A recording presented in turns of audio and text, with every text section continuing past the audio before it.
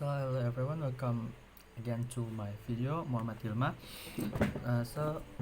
We are going to talk a little bit again about coronavirus pandemic that happens nowadays. It has been more than a month of the COVID-19 pandemic in Indonesia. There are many things are influenced by this situation, and various action and policies also have been taken by government to deal with this pandemic, starting from the social distancing until the application of PSBB in several areas. And so long as we do the social distancing, that causes us to reduce our activities outside the home, including the learning activities that I do, and also the working activities are also done from home. For some people or profession, working from home is very possible and doable. As for example, for civil servant like PNS, they can still do their job while staying at home and still get salary for each month.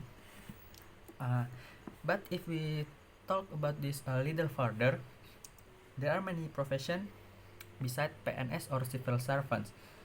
How about the fate of the field workers whose income can only be obtained by working from by working outside home?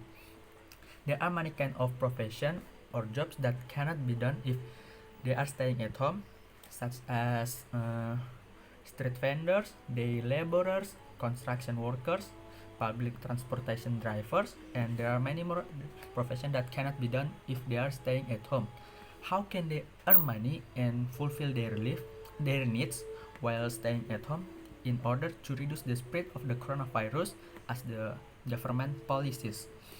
And besides the day laborer workers, there are also uh, factory employees who have been get laid off or PHK because of the situation. Because of there are many factory who reduce the number of their employees due to this coronavirus pandemic situation. The situation has begun since month later. There are the data from the Ministry of Manpower as of April 2020. The data says that nearly 3 million employees were laid off or got PHK. There are also the others data from the Indonesian Chamber of Commerce and Industry. The data said that people who were victims of layoff could reach 15 million people. The number of the data from the Indonesian Chamber of Commerce and Industry is more bigger than the data from the Ministry of Manpower, because the data from the Ministry of Manpower has not counted the micro and small medium enterprise like rumah makan or small shop like mini market, and there are many more. The Indonesian Chamber of Commerce and Industry has a prediction that the number of the people that affected by the layoff can continue to grow up until the number of tens of millions people. From the current situation and the condition, a question has risen: should be government provide financial assistance to all people who stay at home in order to slow down the spread of COVID-19 pandemic? Uh,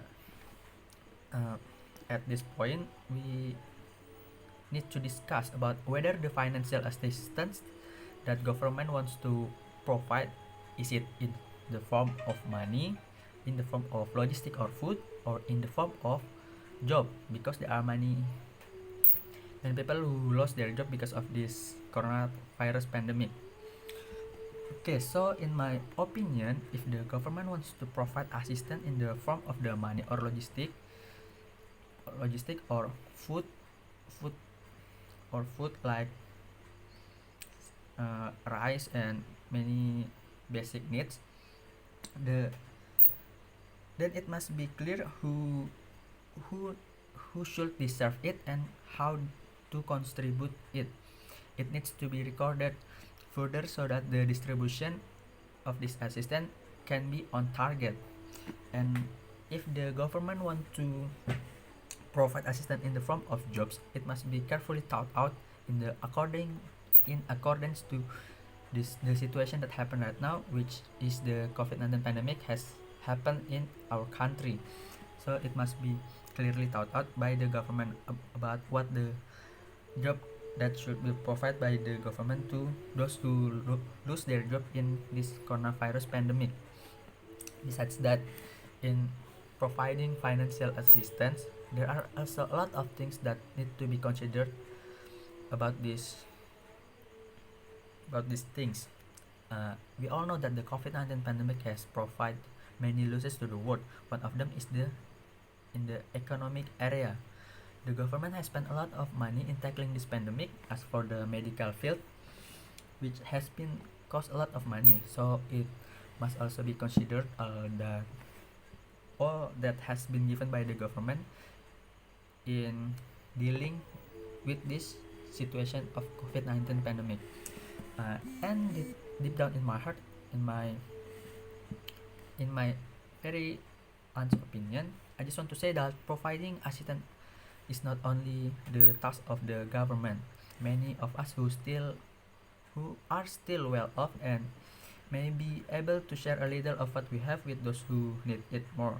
So here I would like to invite all of us, all of you, to donate, whatever the form and however its way, because our donation is very meaningful for those who need it. And also don't forget to always obey government's rules and policies in order to reduce the spread of this COVID-19 pandemic. And hopefully this pandemic will quickly pass. And in the end of my word, I just want to say that stay safe and stay healthy. Hope we can survive from this pandemic. Okay, thank you.